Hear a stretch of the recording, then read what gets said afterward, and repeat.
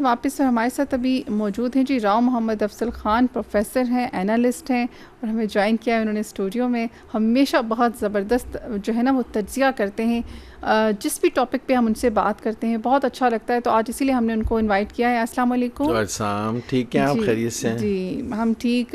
راؤ صاحب thank you so مچ، آپ نے جوائن کیا ہمیں. پاکستان، ترکی اور سعودی عرب کا جو معاہدہ ہوا ہے، نو ڈاؤٹ کہ ایک بہت بڑا چینج دنیا نے دیکھا، اور پاکستان کا جو وقار ہے اور جو پاکستان کی ڈگنیٹی ہے وہ جس طرح سے ابھر کر دنیا میں سامنے آئی ہے، وہ اس معاہدے سے مجھے لگتا ہے اور زیادہ اسٹرانگ ہو گئی ہے. تو اس حوالے سے آج آپ سے بات کرنا چاہیں گے، اور ساتھ ہی ساتھ امریکہ، اسرائیل اور یہ جو ایران ہے، یہ ایک جو کانفلکٹ چل رہا ہے، یہ اس کی صورتحال پہ بھی بات کریں گے.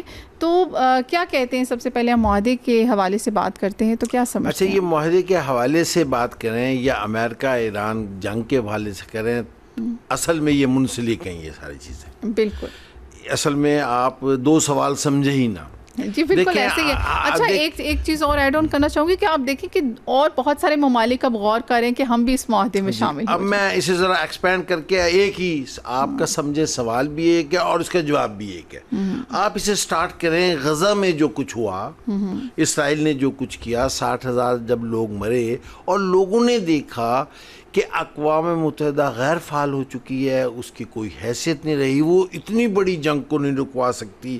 امریکہ خاموش ہو کے بیٹھا رہا، اسرائیل کی حمایت کرتا رہا، تو ایک دنیا میں ایک پیدا ہوا ان کے خلاف اقوام متحدہ کے نہ ہونے کی، فعال نہ ہونے کی ایک یہ سوچ شروع ہو گئی. اس کے بعد سب سے بڑی بدقسمتی امریکہ کے ساتھ یہ ہوئی کہ وہ اتنی ذمہ دار ویٹو پاور ہوتے ہوئے اور سیکورٹی کونسل کا اور نیٹو کا بڑا سربراہ ہوتے ہوئے، دنیا میں ایک نام کماتے ہوئے، وہ اسرائیل کے کہنے پر اس نے ایران پر حملہ کر دیا. یہ اتنی فاحش غلطی تھی امریکہ کی، جس کا خمیازہ اس نے بھی بھگتنا ہے ابھی اور دنیا نے بھی بھگتنا ہے. اس نے تو ایسے بھگتنا ہے کہ اسرائیل تو اس قابل ہی نہیں تھا کہ کچھ کرے. یہ ساری دہشت گردی جو دنیا میں ہو رہی ہے وہ آپ کو پتہ دو ممالک کی وجہ سے پوری دنیا میں. ایک انڈیا کی وجہ سے جو افغانستان اور کشمیر اور اس کے ذریعے کرتا، اور ایک اسرائیل کی وجہ سے جس نے چاہے وہ فلسطین میں ہے چاہے غزہ میں. اب میں جلدی سے وہ آپ کے دونوں سوالوں کا ایک جواب بنانے کے لیے، اور یہ کہ یہ معاہدہ کیوں ہوا، وہ یہ ہوا کہ دنیا نے جب یہ دیکھ لیا کہ ایک ایسے بلاک کی ضرورت ہے جس میں یہ اقوام متحدہ چونکہ ناکام ہو چکی، جو جنگوں کو رکوائے، جو دنیا میں ترقی کا سبب ہو، جو دنیا کو امن سے چلنے دے. کیونکہ یہ تو جب چاہے عراق پہ حملہ کرتے رہے، اقوام متحدہ خوش رہی، جب چاہے انہوں نے لیبیا پہ حملہ کیا، جب چاہے انہوں نے مصر پہ حملہ کیا، جب چاہے افغانستان، جو کچھ کرتے رہے. تو انہوں نے کہا کہ پھر اس کا سیکورٹی کونسل کا مقصد کیا؟ اور سب سے بڑی جون سی گڑبڑ ہوئی کہ وہ دو معاملے جن کو انہوں نے ایڈمٹ کیا تھا، کشمیر کے معاملے کو حل کرنے کا اور فلسطین کے معاملے کا، وہ سیکورٹی کونسل اپنی قراردادوں پہ بھی عمل نہ کرا سکے. اب میں آتا ہوں جلدی سے آپ کی بات کی طرف کہ جب ایران اور امریکہ کی جنگ ہو گئی تو اس میں ایسے ممالک جو امریکہ پہ ساری زندگی سے انحصار کر رہے تھے، خاص طور پہ مشرق وسطیٰ کے تمام ممالک جہاں امریکن اڈے تھے، ایران نے جواباً پہلا جو نشانہ بنایا وہ ان اڈوں کو بنایا جو امریکن تھے. اب اصول تو یہ تھا کہ امریکہ ان کے دفاع کے لیے آتا. ہوا یہ کہ وہ ان کا بھی دفاع اپنا بھی مخدوش ہو گیا، کیونکہ وہ اڈوں کو سنبھالیں کہ اپنے آپ کو سنبھالیں. اور ایران نے جہاں جہاں اڈے تھے بمباری کر کے، امریکہ کچھ نہ کر سکا، وہ اسرائیل کو بچانے کے چکر میں رہا. اس سے یہ ایک سوچ پیدا ہو گئی کہ کلاں ہمارے پہ کوئی بھی حملہ کر دے، ہمیں امریکہ سے پہ انحصار کرتے رہے ساری زندگی، تو اس کا مطلب ہے کہ ہمیں تو ایسے اتحاد کی ضرورت ہے جو ہمارا دفاع بھی کر سکے. بالکل. اس سے پہلے ہم نے آپ کے ایک پروگرام میں کہا تھا کہ دنیا کو اب ایسے بلاک کی ضرورت ہے جون ساتھ ترقی کی طرف چلے اور صرف جہاں جنگ ناجائز ہو رہی ہو اسے رکوانے کی طاقت بھی رکھتا ہو. ابھی تک وہ بلاک بنا تو نہیں، لیکن پاکستان اور سعودی عرب نے پہلے معاہدہ کیا، اس کے بعد ترکی بھی اس میں شامل ہو گیا. بالکل. اب مجھے یقین ہے کہ یہ اس بلاک کی شروعات ہو چکی. آپ کہیں گے وہ کیسے؟ کہ یہ اسلامی ممالک تک نہیں رہنا. کویت نے اور قطر نے خواہش کا اظہار کیا ہے کہ ہم بھی اس معاہدے میں آ جائیں.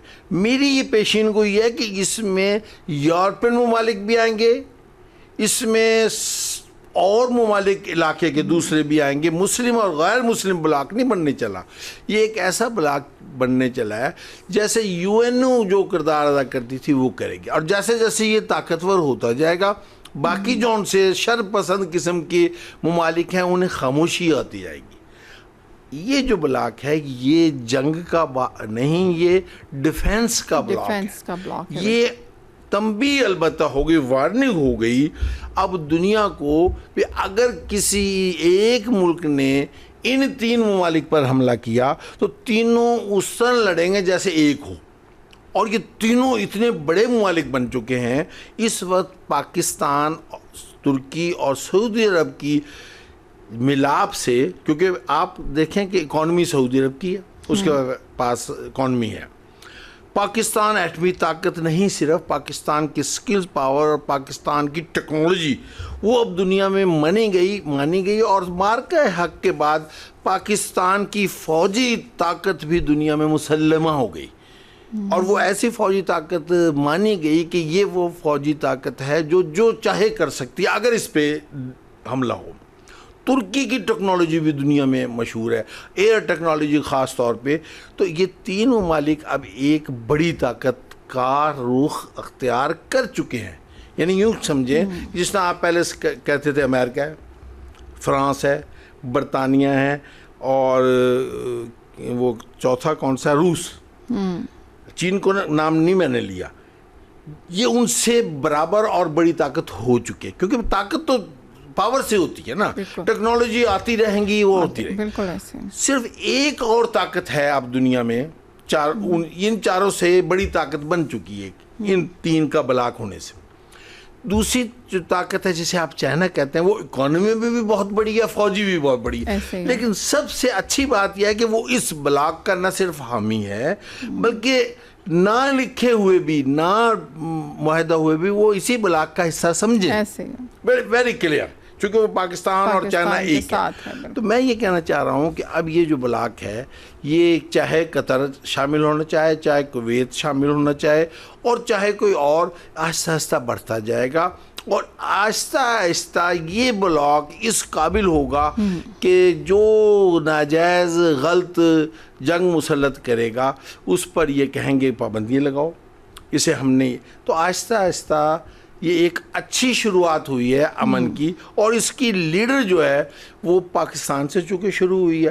اچھا, ایک پروگرام میں وہ کہتے ہیں کہ یہ ویٹو پاور, میں نے کہا اگر تو اقوام متحدہ رہتی ہے, اگر تو یو این او قائم رہتی ہے, پھر تو ویٹو پاور ملے گی, اور وہ ظاہر یقیناً پاکستان کو ملے گی, کیونکہ اب نیکسٹ ایٹمی طاقت پاکستان ہی ہے.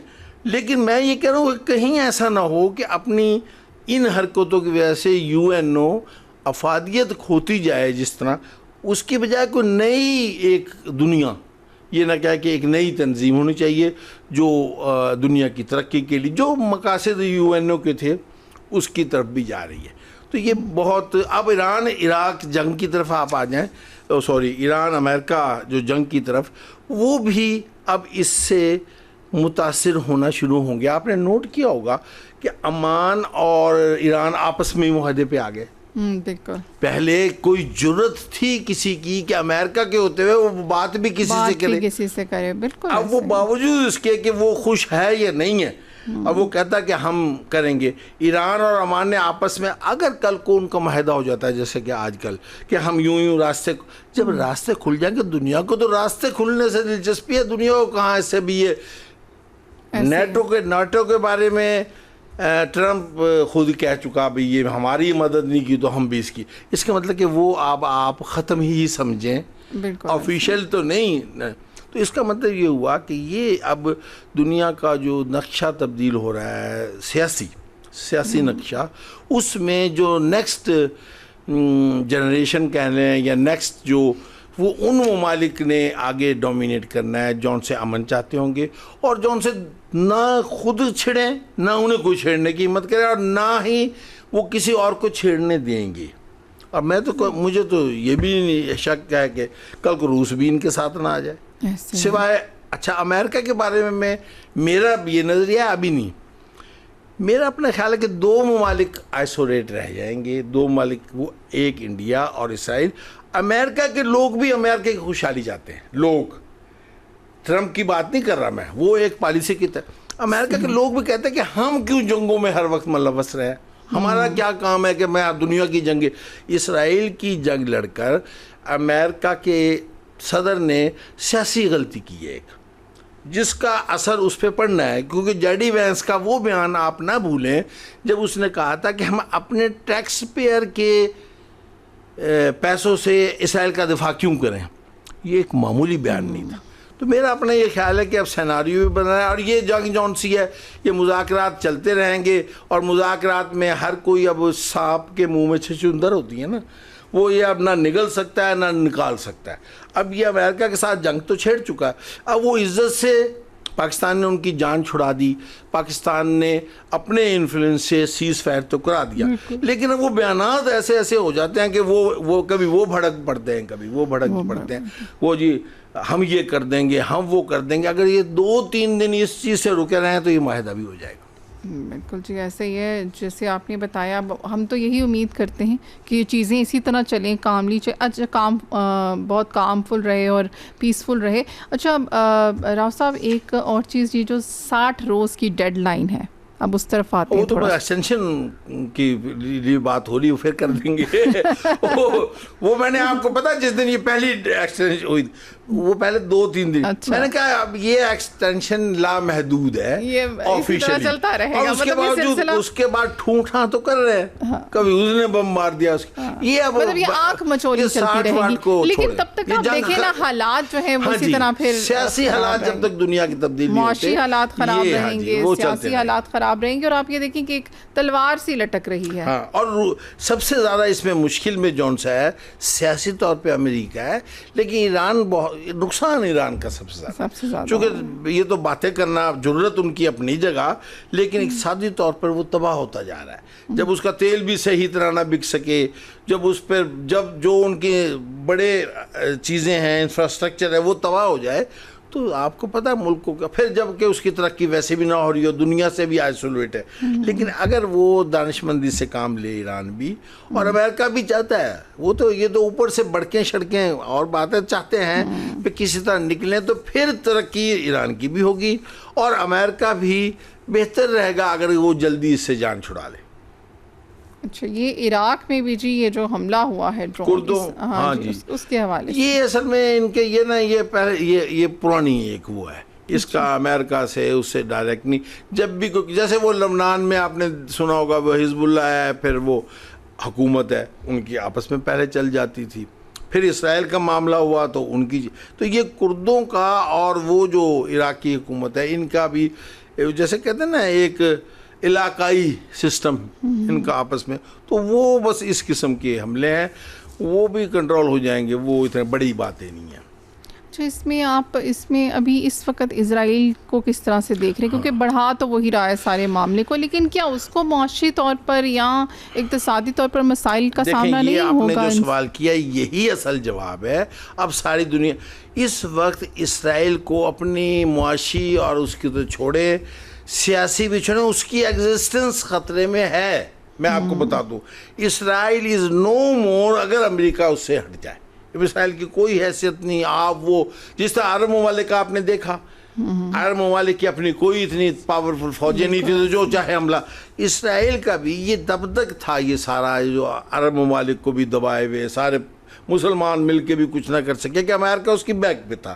لیکن امریکہ کے ساتھ جو اس معاملات اسرائیل نے کر دیے ہیں, لیکن اور پھر اس کے بعد جواباً ایران نے جو سٹینڈ لے لیا ہے, اگر امریکہ کے عوام کہتے ہیں کہ ہمارا کوئی تعلق نہیں, اپنی جنگ آپ لڑو, تو اسرائیل تو ہے ہی نہیں. کیونکہ اسرائیل میں کوئی ایسی پاور نہیں, اسرائیل کی اپنے کوئی وہ نہیں ایسی ٹیکنالوجی, یہ تو ٹیکنالوجی سب امریکہ کی دی ہوئی ہے نا.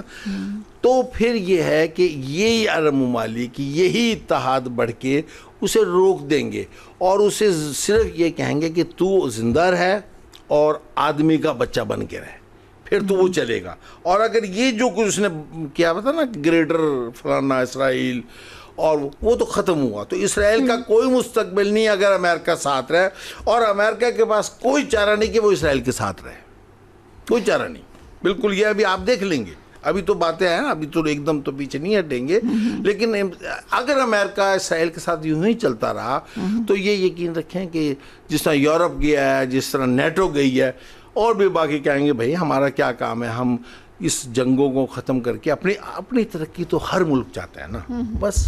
تو آپ فیوچر میں یعنی اس آنکھ مچولی کو بھی اسی طرح دیکھ رہے ہیں؟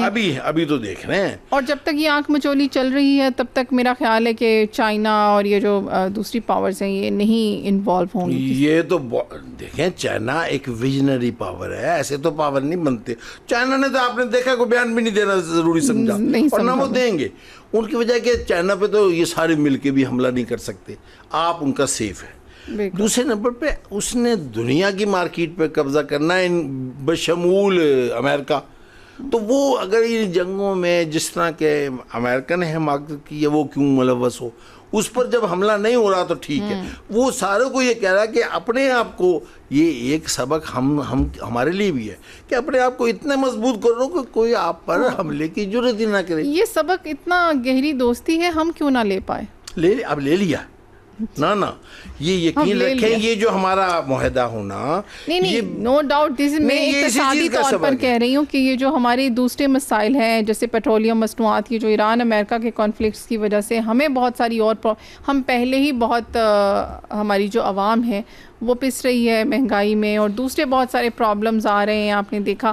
تو ہم کیوں نہیں تھوڑا سا سبق سیکھ لیتے کہ ہم اپنی, جیسے ہم نے دنیا میں خود کو منوا لیا, ہم اس میں بھی منوا سکتے ہیں. ہماری یوتھ بہت اسٹرانگ ہے اور ہمیں یقین ہے کہ ہم منوائیں گے, لیکن بس وہی بات ہے کہ ہمیں اسی طرح اس چیز کو اس پوائنٹ کو ریز کرتے رہنا ہے, موٹیویٹ ہوتے رہنا ہے. موٹیویٹ نہیں, اب آپ نے شاید روٹین میں کہا, لیکن اتنی بڑی بات کی ہے کہ یہ جو یوتھ ہے یہی آپ کا خزانہ ہے. بعض لوگ کہتے ہیں منرلز ہونے چاہیے, بعض کہتے ہیں تیل نکلنا چاہیے. میں بھی کئی دفعہ کہا کہ زراعت ہو, سیاحت ہو, ہمارے پاس سب کچھ ہے, کچھ کی ضرورت نہیں, سب کچھ ہے, لیکن ہمارے پاس وہ ہے جو دنیا کے پاس نہیں ہے. کرنے والا چاہیے, 60% جو ہماری یوتھ ہے اس کو ہر جگہ یوٹیلائز کریں, اور دنیا اے آئی اور آئی ٹی کی طرف تو آ ہی رہی ہے. یہ ساری دنیا پر بہترین سروسز دے سکتے ہیں, اکانومی آپ کے بڑھا سکتے ہیں, اور خواتین کو اس میں ضرور بچیاں وہ پیچھے نہ رکھیں, کیونکہ آئی ٹی میں وہ بھی تو یوتھ ہے نا. دنیا میں نام روشن کر رہی ہیں ہمارا. ان کا علم نہ ہو جو بچیوں کا, تو پھر آپ نے کم کر لی. جی, بچیاں بھی دنیا میں نام روشن کر رہے ہیں, ہمارے بچے. بے شک, تھینک یو سو مچ. سبق ہے, اب انشاءاللہ پاکستان ترقی کرے گا. جی, تھینک یو سو مچ.